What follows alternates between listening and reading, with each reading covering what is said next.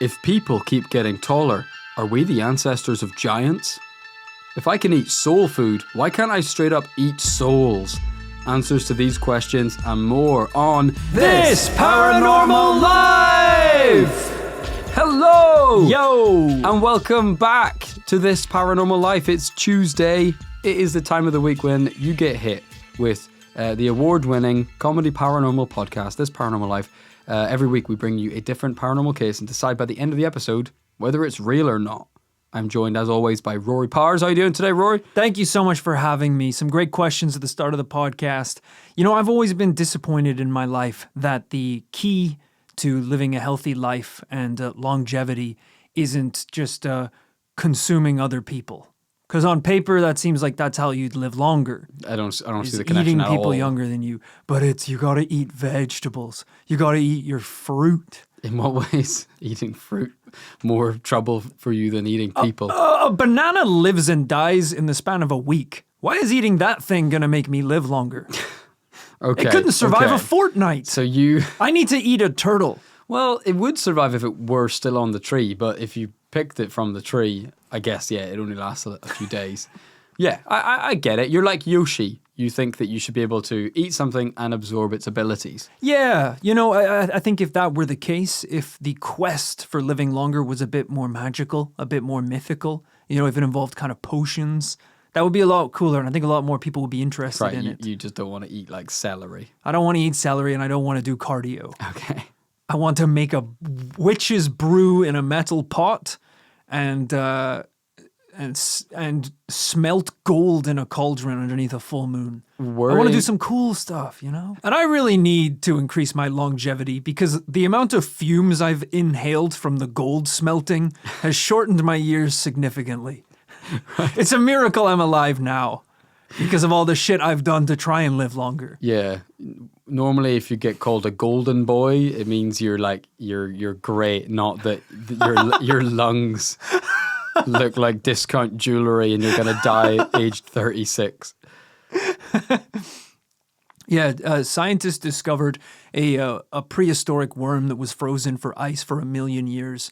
And I went to the site without missing a beat. I ate the worm. I ate the worm assuming I too would live for 1 million years. Turns out the worm actually lives for a very short period of time. It was only because it was frozen in ice that it managed to survive that long.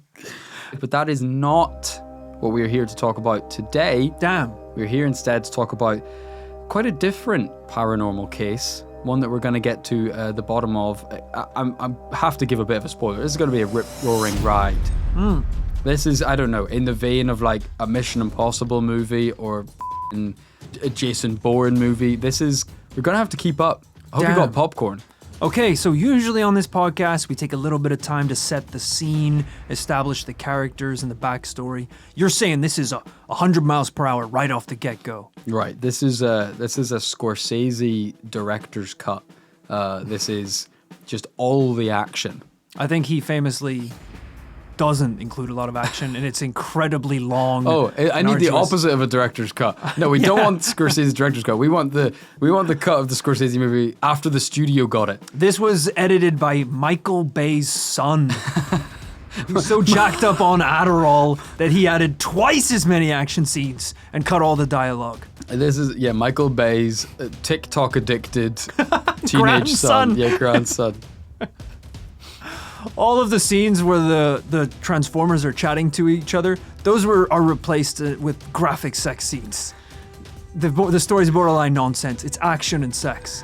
Rory, it was November 30th, 1989. It was a crisp, clear night in the Lower East Side of Manhattan. Very cool. At the time that this podcast is dropping, we will have just been to New York City. Your first time, I think, in New York City? Second time. Okay. First time when I was about the size of an elephant and went just to the M&M store. Okay. Didn't really see anything else. Yes, you were a child. That's what I forgot. Okay, so this is the first time as an adult. Yeah, a child, but with the same body mass I have now as a grown man. Right. Somehow. That's borderline paranormal. A sort of child resembling as like a miniature sumo wrestler or something. But yeah, you're right. We'll have just been to New York and hopefully had some pretty cool experiences that don't involve confectionery. It had been a normal day for 21-year-old Linda Napolitano. She'd taken care of the house and her kids and was ready for a restful night's sleep. But in the middle of the night, she found herself stirring. Her husband was snoring raspily as usual, but something felt off.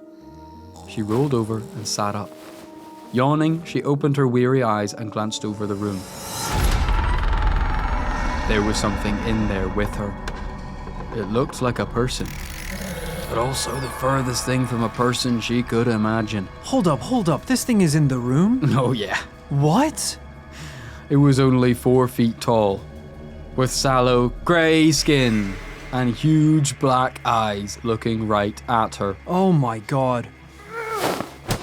I kind of appreciate this. She threw a pillow at the creature in panic. She tried to shake her husband awake, but he was dead to the world and didn't even stir when she started screaming. She felt an odd sensation in her head and heard words that weren't hers echoing inside her own mind. These are the 2 times you know a case has gone bad, when someone does the noise or the No one said there was going to be a gibbity bop, gibbity bobbity bop. Even though we've heard it in many episodes previously. But we need to take this seriously, okay? Because this is stressful, extremely stressful for Linda. She probably is in therapy to this day because of the events that took place. So. Therapy on the planet Gargon. By the way, this is trending. Right. Well, you might be right there. So let's just take this next step in the story we're going to take very seriously. Okay.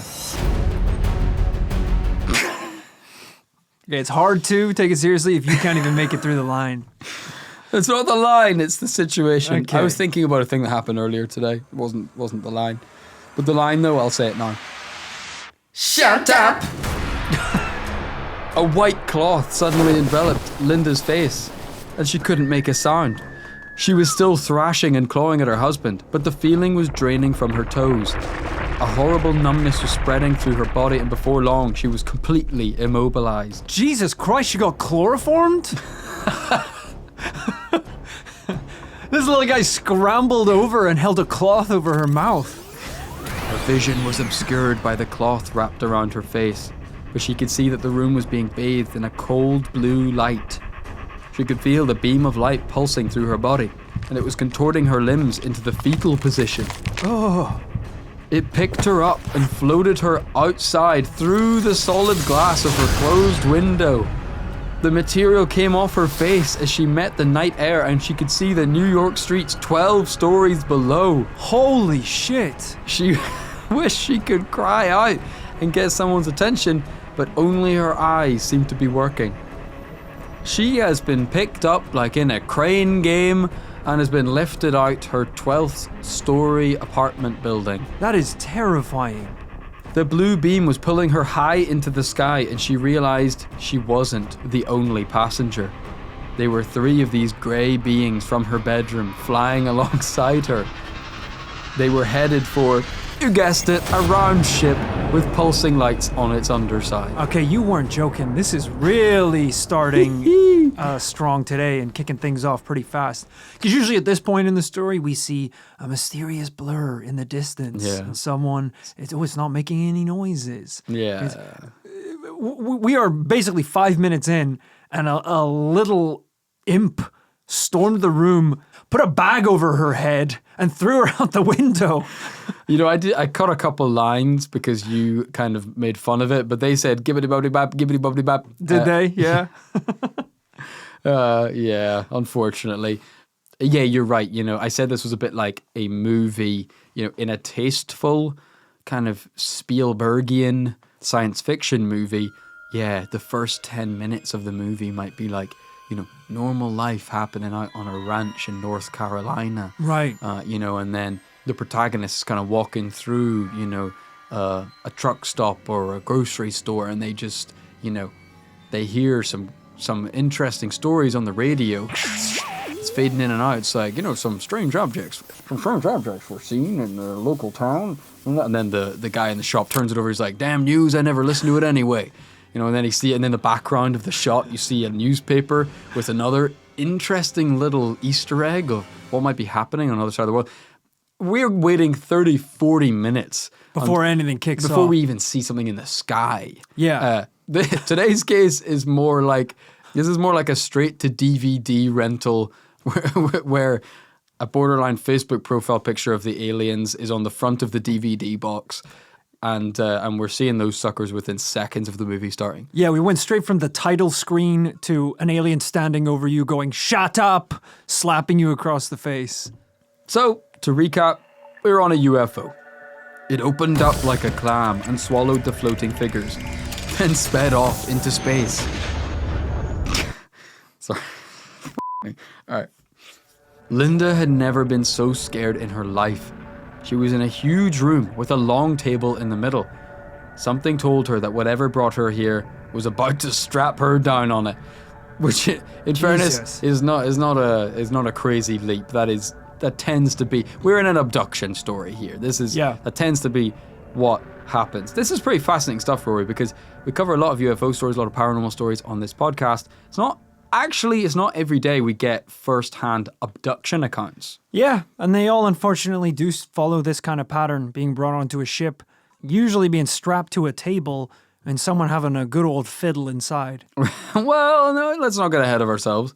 I said fiddle, not diddle. That was a specific distinction. A group of the grey humanoids filed into the room and lunged right at her. They wrestled her onto the slab, no matter how hard she fought. Once they'd secured her in place, all she could do was scream. The echo was deafening. There was something weird about the acoustics of the room. Her screams rang out from the walls even louder than they did from her lungs. One of the creatures put its hand over her mouth to keep her quiet and hissed the word, "Knobby egg." Okay. Knobby egg? Nobbyegg. All right. Knobby egg. Got it. Even though it wasn't English, she knew it was a threat to stop screaming. She tried her best to calm down, but the gleaming array of medical instruments they had kept her nerves on edge. You know you've got a pretty threatening aura going on if you can say the words knobby egg and people know it means shut up. Because if your daughter looked at me in the eyes and said, "Knobby egg," I'd be like, "Oh, that's adorable. Right. What's a knobby egg? Did you have that for lunch today?" But if a 9-foot gray man with no face somehow emits the sound, "Knobby egg," while holding like a ray gun to the side of my head, I'm not making a fucking peep. Oh, it's very clear what knobby egg means. He didn't really need to say anything. Yeah, Right. he could have just gone, just grunted. If anything, he picked a word that makes me want to talk. And he said "shut up" earlier, so he knows some I can't English. speak English. So maybe he got his phrase book mixed up. He thought he was saying like "calm down" or something. Right, that's silence on a different planet. Right. She was stuck staring up at the ceiling, and a circle of grotesque faces came into view above her. One had a long silver implement she thought looked more like a crowbar than a surgical tool. Ooh. And when the aliens thrust it up her nose, the pain was so intense that she lost consciousness. Oh, God. That's awful. Linda rolled over in bed, squinting into the morning sun. Her husband was sitting up, reading the newspaper. Good morning. How'd you sleep? Not too good, actually. I had this awful dream.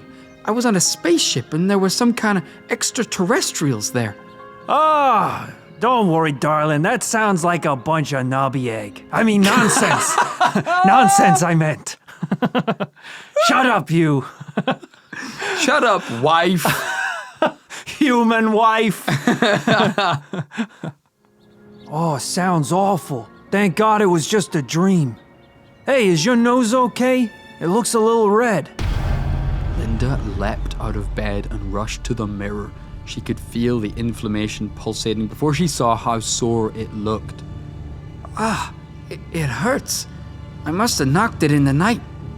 Maybe I had to fight the aliens in my dream. As the day went on, she let the visions from the night before sink to the back of her mind. The only thing that was really nagging at her was her throbbing nose. It was so bad, even days later, that she went to see the doctor. I'm afraid I can't see anything in there, Mrs. Napolitano. Have you had nose surgery before? It looks like swelling from an old surgery. But she'd never had surgery before. She even called her mum to confirm there wasn't something when she was a little kid. She did a little bit of research and reached out to Bud Hopkins, a New York UFO expert. He'd seen a flying saucer with his own eyes as a teenager and dedicated his career to writing about interplanetary travelers and connecting with those that have crossed paths with them. He invited Linda to one of his abduction support groups after reading how confused she was. This is an interesting situation to be in because we don't know right now if Linda hurt her nose at some point in the night. Yeah. And her subconscious manifested that pain. Yes. With the dream of having it hurt in this hypothetical situation, an abduction. I liken it to, I've had, like many people, as they grow older, I'm prone to a midnight leg cramp, which I'm sure, you've had one of these before, right? Yeah, I have. It's ringing a bell, not in a long time. Really? Okay. I'm prone to weekly midnight leg cramps. I apparently thought it was some goddamn magnesium.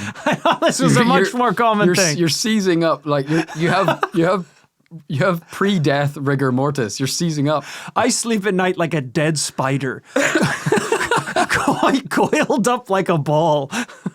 My bones contorted. Just face agony, just sleeping in agony. You're like, eat one vitamin and it'll help. But if you've never had this before, you lucky bastard. But essentially, you will be in the middle of a sleep, and then all of a sudden, it begins. Out of nowhere, the flesh on your body feels like it's being pulled taut in a medieval torture device. We need to get you to stretch, bro. This is crazy. For the next 10 to 15 seconds, you have to lie there in bed while you're paralyzed with crippling pain until it dies down and you blissfully sink back into relaxation and fall asleep again. It's usually what happens. You said this was weekly. Does this have any correlation with leg day? Yes. Okay. Because the only thing I could think of is I don't exercise. Don't believe in it. Men shouldn't exercise. Ridiculous. You sound like 15-year-old Rory in New York City. But I also don't get leg cramps. Is it possible that my legs and calf muscles are kind of like Wagyu beef? They're massaged with beer and classical music. They're completely useless, borderline non-existent, but it also means they can't cramp. Well, we've talked about it before. You and I are kind of living different versions of a healthy lifestyle. You're vegan. Your diet is great. You get all your fruit and veg and nutrients every single day. Okay. But you hate to exercise. I exercise on average 1 to 2 hours a day, but I eat like shit and drink like shit. We don't know which one of us is going to live longer. We're kind of like an experiment that way. Yeah, weird experiment. Apparently mine results in nightly death cramps, which you don't suffer from. But the whole reason I was bringing this up is I usually wake up when I get one of these cramps. I'm sure I'm going to get a flurry of people saying I should just eat a banana before I go to bed. But if I didn't wake up from one of these cramps, would my mind in the dream process it as some kind of traumatic thing happening to me to justify the pain that I'm feeling subconsciously? You have a dream where you are a washcloth and a giant is kind of wringing you out. And that's you cramping, just being destroyed. Because I've had it before where I'll dream I'm like holding something or, squeezing something, and then you wake up and you're holding your pillow or, something like that. There's a world in which at this point in our story, this could be semi-natural, despite maybe getting lifted out of the window, having the bag on your head. If all we have is the evidence of the red nose, so far, that could be an injury that occurred while unconscious. It's true. We've seen it with abductions before. Often they do take place in and around night, in and around sleep. it creates a suspicious vibe where we're like, is this part of a dream? So we do need more evidence to establish that this is indeed alien activity. Like I said, she went to an abduction support group, which I haven't personally been to an AA meeting, but we've all seen support group meetings in movies and TV. Can you imagine an abduction support group? What do they talk about around the coffee machine? Hey everyone, I want you to give a warm welcome to Linda. She's had an interesting time recently, and I just know you'll make her feel at home. Hi, Linda. Hi, Linda. At the meeting, Linda kept quiet though. Bud knew then that a group session wouldn't be enough to crack this nut. He'd have to go deeper. Full regression hypnosis. Ooh, a very popular technique used when we're looking at someone who claims to have had some sort of UFO encounter. We've seen it before with the Cash Landrum case. Yeah. With Travis Walton. I believe a lot of the information he said about his abduction was all done through regression therapy and kind of hypnotherapy. So it'd be interesting to see what results we get in today's case. Yeah, I guess the theory, if I'm to recap from my own understanding, the idea is something to the effect of, if you were abducted and you were essentially neuralized, like in the Men in Black movies starring Will Smith, the idea here is that we've got, your eyes are a CCTV camera, but the tape got scrambled. Right, and right. Now we're trying to use hypnosis to unscramble that tape. The idea being that somewhere buried in your brain is the memory of what happened. Mm-hmm. So the two met in his office and he began the preparations to put her under. Now I see. And then what happened? They did all sorts of experiments on me. Every part of my body. I feel so violated. Interesting. Bud heard the whole bizarre saga and believed every word. When Linda awoke, she could remember the events of that awful night. Whoa! And suddenly the world seemed a whole lot scarier than she'd ever thought before. Yeah, God, that worked too well. We were trying to just get an idea of what happened. It all came back, even the bad bits. Now she's got to go to a therapist to deal with that. If Bud was already disturbed and reeling from what Linda told him, nothing could have prepared him for what would happen next. He received a letter. It was from a pair of people, claiming to be witnesses to Linda's abduction. Whoa. They had every detail right. They'd seen the whole thing. The two, Richard and Dan, told Bud they were police officers and needed to see Linda urgently to make sure she was okay. When the pair arrived at Linda's house, Dan in particular was acting a little strangely. As soon as the door was open, he fell to his knees and wept with relief. I'm sorry. It's just such a relief to see you alive and well. The last time we saw you, you were disappearing into the sky, but here you are. The men came inside and offered out some coffee and donuts, and the three chatted about the night in question like old friends. But within weeks, they get back in touch. And things don't go quite as smoothly. Linda was walking along a busy New York when a car pulled up alongside her. Hey, Linda! Funny running into you here. It's your old friends, Richard and Dan. Why don't you hop in? Oh, I'm sorry, but I can't. I gotta go to the market for groceries and do some errands before I go pick up the... I said hop in. I assume is what happened next in the story. It is, yes. Oh, what? The line was, I said, get in the car. Oh boy. Dan grabs her and forces her into the back seat. These are the policemen? Supposed policemen. Okay. They drive her down a deserted alleyway and begin interrogating her. What did they do to you? Did they say anything to you? Think! But soon, the questions got weird. Have you noticed you've developed any special abilities since the abduction? We need to see your feet. Show us your feet, Linda. Come on, shoes off. We need to see those feet. She sobbed as she took off her socks, more scared and confused than she'd ever been in her life. Poor Linda. Okay, they're human. You can put them away. After hours of increasingly bizarre questioning, they drove her back into the busy city and let her out of the car. She watched as it sped away, trying to take a mental note of the license plate. She knew she couldn't call the police. The police just kidnapped her. There was only one person she could trust. And he was 4 foot tall. No. And had a crowbar. And his name ended with egg and rhymed with Robbie. If you're ever abducted and people are asking you questions about it, you want it to be stuff that feels like it's important. Like, what shape was the craft? You know, did the aliens, were they carbon-based creatures? Or was it something more abstract? You don't want a guy grabbing you, shaking you, and being like, the nipples, Linda. How many nipples? You're like, what? How could that possibly be the thing that's important right now? Did they wear Nike or Adidas? They didn't wear either. Yeah, it feels like there should be way more important questions going on. The light speed travel, could you deduce from your limited time there how it was achieved? But it's just ridiculous stuff.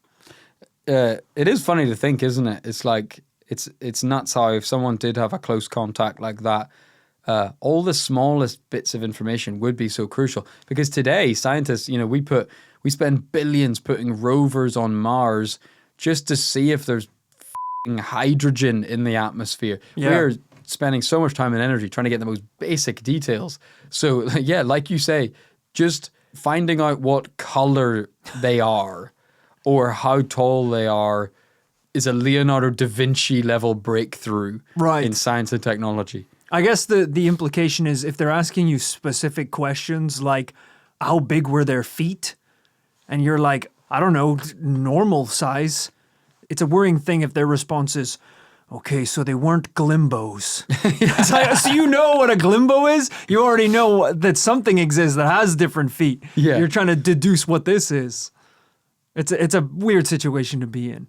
You know what I'm doing if I'm in a room with two, let's face it, MIBs? Mm-hmm. I'm putting my fingers in my f***ing ears and I am not taking them out until they drop me off somewhere. Because you know the one way to get smoked around MIBs is to hear a secret that you shouldn't have heard. Okay. I don't want to hear the word glimbo. That means I'm getting a bullet in my head because I know too much. I need to just close my eyes, cover my ears so nothing can go in. I think that will also mean you get shot if you refuse to answer any questions. But hey, you just got to try anything, I think, at this point. Has anyone tried to pretend to be asleep? I hope they drop you off outside your house. Honk snooing in front of the MIBs. That could just work. Occasionally, like opening one eye very slightly to see if they're buying it. That's right. The one person she could trust was Bud Hopkins. He was horrified to hear about Richard and Dan's activities and tried to track down the car's owner. And a few days later, he got a letter from Richard explaining that Dan was in a bit of a state. He'd had to be signed off work because he was having a mental break since witnessing the abduction. Jeez. He'd fallen in love with Linda and was so obsessed with her that he was struggling to function. That makes the request for taking the shoes off a little weird. He also, I'm sure that was above board, he also makes another confession. They aren't police. They're bodyguards for a high-level political figure. Specifically, Secretary General of the United Nations, Javier Perez de Cuellar. But it turned out Richard and Dan were not Linda's only problem. She was now being tailed dawn to dusk. There were men in black suits everywhere she went. Smart black cars with agents in them parked outside her apartment around the clock. Leave her alone. Just leave her alone. I feel like women have enough harassment to deal with on a daily basis. Just leave her alone and let her live her life. It sounds like if anything happens, she's gonna come and tell you about it. She's actually pretty keen on that part of the story. So just leave her alone. On top of this, she was still in pain. Her nose was still hurting. The doctors weren't taking her seriously, and eventually a doctor friend of a friend agreed to take an x-ray. When he got the pictures back, he was floored by what he saw. You've got something implanted in your nose. It's clear as day on the x-rays. It's 6 millimeters long with a coil at each end. I got no idea what it could be doing there. Come down to my office on Monday morning and we'll get it taken care of. But when the appointment came around, there was nothing in her nose at all. And the doctor was dead. There was a little coil in his brain, a 9mm Beretta coil. Yeah, that's right. He died of lead poisoning. The little piece of metal was gone, and Linda had no idea how. Is it possible the aliens implanted something in her nose? That's a real question. Oh, you're asking me? It's something that we do, again, see a lot in abduction stories. People getting abducted, and then in the next morning, seeing a little mark on their skin that wasn't there before. Seeing a little bump. And the theory being that, if you get picked up by one of these crafts, they're going to put a little tracking device in you to keep an eye on you.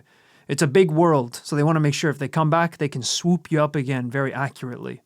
It's pretty fascinating. I think most abductions kind of involve probing and testing and this kind of thing, but it's pretty fascinating to think that they would leave something behind, a little intergalactic air tag to keep tags on you. Again, if we could uncover such a thing, reverse engineer it, we would learn a lot. I'd at least stop losing my keys quite as often. Bud was now at a loss too, and offered to give her some more hypnosis to see if there's anything else she had blocked out. During their session, Linda recalled her abduction, but now she could see Richard and Dan there, as well as Secretary General of United Nations, Javier Perez de Cuellar. Okay. Bud started to wonder, this can't all be a coincidence. Surely the aliens were trying to make contact with the UN. They were trying to be taken to our leader. Why else would they have somehow got roped into, just by chance, the Secretary General of the United Nations being there? Bud also went as far to say those aliens had probably been following all four of them since they were children, abducting them repeatedly over the years, only they all couldn't remember it. I personally don't know where he got that idea. Yeah, that's a wild one. Or one. how that would make sense, but that is what he said. All I know is we should trust the words of a fellow paranormal investigator. To a certain degree. Which more or less brings us to the present day of this case. This has come to be known as the 1989 Brooklyn UFO, or the abduction of Linda Napolitano. It has been featured in multiple television programs, documentaries, and written pieces. It was reported in the news at the time. Wow. In kind of print news in a couple of places around the USA. Because it is obviously an absolutely wild story, one that, like so many on this Paranormal Life, if true, destroys the history in science books, but also has, some elements which are difficult to wrap our heads around, to say the least. Rory, we've had similar kind of abduction stories. Where does this one kind of line up for you compared to those? I mean, as you said, we've had a lot of UFO stories. It is rare that we have a story where the person who's telling it claims to have actually been on board the friggin' thing. Usually it's enough of a story if we just see it in the night sky, or it shoots a laser beam at a car, or, very rarely do the people actually make it on the craft and then make it back again. It's always a bit of a difficult one, because saying that you saw something in the night sky is one thing. Saying you actually went on board and were operated on, but you have zero evidence of it, and the only way you can recall it is through experimental hypnotherapy. I don't want to be too critical about these things, but we're always left in a situation where we have very little tangible physical evidence to back up these claims. That little metal coil, that would have been good. But are you saying that thing just kind of disappeared on its own as soon as it was detected?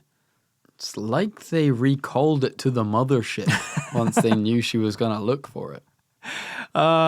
Which, it's not beyond the realms of possibility. We have dissolving stitches for surgeries that, once they're done, they kind of just disappear. Not on command. Usually you don't say, all right, and the stitches go. So whatever they're dealing with, that's something beyond our expertise. I'm struggling to see how the bodyguards and everything are intertwined in this story. The motivation behind it is a little strange. They are a little strange. We seem actually at the end of the story a tiny bit confused, to be honest, whether they are even affiliated with the police, the United Nations. Yeah. That's what they claim to be, or whether they were in fact kind of men in black. It seems a little bit fuzzy. I'm not saying that Linda's lying about the whole story. She might be lying about Dan falling in love with her. That seems just like... That came out of nowhere. That seems just like he had a mental breakdown because he was too in love with Linda. That seems a little neat for the story. Yeah, that's true. I mean, I'm not going to necessarily put that one on Linda because usually the guy asking for feet pics is the one in the wrong. So I don't know who Dan is or what his deal is, but he definitely doesn't seem like he's one of the good guys. And a lot of people have been skeptical about the story, thinking that it could be anything from Linda and Bud working together to concoct a story, another that Bud was taking advantage of Linda and kind of, planting the story with her, making her believe it and using it for his own gain. What I will say is her midnight abduction was reportedly spotted by 24 witnesses. This was not an isolated case. With that said, apparently some of the letters written to Bud alleging they had witnessed it were in Linda's handwriting. That can't be all 24. Okay. But, we've seen this before where there's like a popular story in the media that people will like write. I mean, it's in New York City. Yeah. There's 8 million whatever people there. If anything's happening in the night sky, others are going to see it and be like, oh, I might have seen something too. Yeah. It doesn't help that it seems like Linda's very interested in the popularity of this story. Because if this happened to you, you'd like kind of want to explore it, but kind of want to like keep your voice down and be embarrassed about it. It sounds like she really wants to get to the bottom of it. The last thing I'll drop in is that just a little reminder that Bud never met Dan and Richard. Only Linda met Dan and Richard. Oh, for God's sakes. So, yeah, moving that's definitely into worth bringing up. That's Yeah. definitely worth bringing up. Yeah. I bet they were the United Nations Secretary General bodyguards, though. Right. And they were in love with her. I think we're ready for conclusions. Really? Yeah, for sure. That's exciting. Okay, so we have taken you on a, as I promised, borderline Jason Bourne level exciting action rampage through the streets of New York City and two other galaxies with some pretty interesting claims and some good news coverage and some other witnesses around the city. But at the end of every episode, we have to decide whether this story is really paranormal. What do you think about the 1989 Brooklyn abduction? The Jason Bourne comparison is actually very accurate because it is also a fictional story. My conclusion today is going to be a no. I think that's fair. I think I would have to come down on a no too, as much as I do love the case. Whenever I first started researching this one, I thought it was going to be a home run, slam dunk, double yes, because you read about it from a very surface level, and you hear like 24 witnesses, bodyguards, the UN Secretary General being present at the abduction. You're like, oh my God, this sounds like the UFO event of the century. Yeah. Until you realize it is largely the experience of one woman and her account alone. So not enough here to come down on a double yes today. But we would love to know what you guys think of this one. Email in your thoughts to thisparanormallifepodcast@gmail.com, or you should be able to see this on YouTube. We've got full-length episodes of This Paranormal Life going up every week on YouTube. You can hop in the comments section, see what everyone else is saying. Yeah, absolutely. Another double no for the books, but we are not dissuaded. We had a lot of fun looking into the Brooklyn 1989 abduction. If you can't get enough UFO stories, you're going to need to head over to patreon.com/This Paranormal Life, where there is a true treasure trove of all paranormal cases, but some absolute classics in the kind of alien and UFO world. Yeah, there's some stories that we cover on the Patreon that you're going to wish you could have your brain wiped after listening to some of those. In a good way. In a good way. Right, In addition to weekly after-party episodes where we go behind the scenes, we bust open a pack of Marlboro Reds and pour a glass of whiskey and put the world to rights almost literally every week, every Friday on Patreon. It's a lot of fun. We also tell you the exact location where you can locate and harvest knobby eggs. They're a real egg. We've looked into it. Yeah, they exist. We can find them. We paused the podcast there, looked into it, and now we're going to drop that info behind the paywall on Patreon. As you were listening to this, we should be at the tail end of our magnificent tour. We'll be in the UK at this point with only a couple of shows left. Wow. So I guess we'll use this opportunity to say, if there's any tickets left, please join us at our biggest show yet in London, in the Hackney Empire. Now, while at the time of recording this, we haven't done a show yet. This is recorded before the tour. But I just want to get ahead of things and apologize for the fire started during one of the previous No, there shouldn't be any fire. I don't know which show it's going to happen at, but I just have a feeling like we're going to start a real big fire. You can't say that. I think we're going to get in legal trouble if we even broadcast this, because it'll seem like some kind of up you're planning it thing. No, I'm not planning. I have a feeling it's going to happen. But now, like, the feeling is so strong that if by the last show the fire hasn't happened yet, I might start the fire. I'm going to delete this. Because this is the biggest show of our careers. We can't start a fire. It's the hottest for sure. It's the one thing we can't do. What do people like? They like danger and fire. Those are the two sexiest things on the planet. Yeah, they like fires in fireplaces and they like danger in like movies or something. Right. Or like a live show. On stage, yeah. People love seeing magicians catch bullets in their teeth. We should get some audience participation. No. As I say, on Saturday 28th, we'll be taking to the stage for our biggest show yet. You ever heard of the splash zone? You ever heard of the splash zone? Well, stop interrupting. Our front 3 rows are the ash zone. Oh my God. You're going to be burned to toast. No. If you come to this show, honestly. Every venue has comprehensive health and safety features. All the venues are insured against such events. We have top-of-the-line staff on hand to prevent such things happening. It'll be safe. It'll be fun. It'll be good. No ash zone. You guys are marshmallows to me. Okay. When I see you, I see a white, tickets fluffy marshmallow at ready to be toasted. Thisparanormallife.com. And at the end of every episode, we like to shout out those who've supported us on the Patreon. Let's get into it.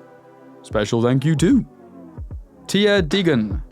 Tia wouldn't want to be ya because you've got a front row seat to our upcoming tour. Don't just stop. And all I'm going to say is stop, drop, and roll. That's my advice to you, Tia, because things are going to get a little toasty in the front. Tia, you're going to be fine if you're going. You're going to be safe. You're going to be warm, that's for sure. Thank you to Hannah. Come on down to Hannah's Katanas, where you can get ancient Japanese swords collected throughout history. If you're in the marketplace for a weapon that could take down some sort of shogun-style warrior, you're going to want to go to Hannah's Katanas. Fantastic. I will take one, I guess just like medium size, kind of reliable, hopefully well looked after. They're katana. rusty. They're rusty. They are rusty because they're authentic. Traditional Japanese swords. I think, knowing how this joke format usually goes, I'm just going to go ahead and assume that you're not going to have the breadth of the stock that you've promised. I'm just going to say, can I just get any katana then? Yeah, of course. I will warn you, you do not pay with money. You don't pay with money when you take one of these swords. So it's kind of like, a lot of these swords are swords that people didn't want throughout history because they kind of come with ancient curses / demon companions that will kind of heckle you for the rest of your life. But the sword's kind of cool. Have you seen some of these swords? That doesn't really seem worth it. If I leave the shop now, am I still not cursed? Oh, you picked up a couple just walking in the front door. We've been placing swords on your belt throughout this entire conversation. Our team of ninjutsu trained staff, place them on your person. Thank you lastly today to Tatiana Perez. Come on down to Tatiana's Katanas. We are a rival katana store opening up shop across the road from Hannah's Katanas. Oh my God. Gentrifying the neighborhood, so you can come down to Tatiana's and get yourself a kind of a flat white coffee along with a fresh, barely cursed sword. Barely cursed. But just to clarify, if you so much as pick up one of these swords, you will perish. Well, you Perez. You might. You know, you run that risk, of course. But like, you run a risk of dying if you just go on a bicycle ride. So, like, is it that different? Well, how high are the odds of dying once I take one of these swords? They are 100%. It's only a case Okay. of when, really. Okay. But that's life. Like, you're going to die anyway. You so are. is it everyone dies within 1 year? Well, that's substantially shorter than just living life. You don't know. You don't know. You I might have go been about to die Hannah's. anyway. I might go to Hannah's, I think, for the katana, because hers is a little more ambiguous. Okay. Thank you, Tatiana. Thank you to everyone we have shouted out on today's episode. And everyone we're going to shout out next week when we will be back with more. Patreon.com/This Paranormal Life is the place to get shoutouts and other rewards. ThisParanormalLife.com is the place to get tickets. Thank you so much for tuning in. We're going to be back on Tuesday with a brand new paranormal tale and hopefully 2 solid gold yeses. Oh, yeah. I can feel it. It's been a while.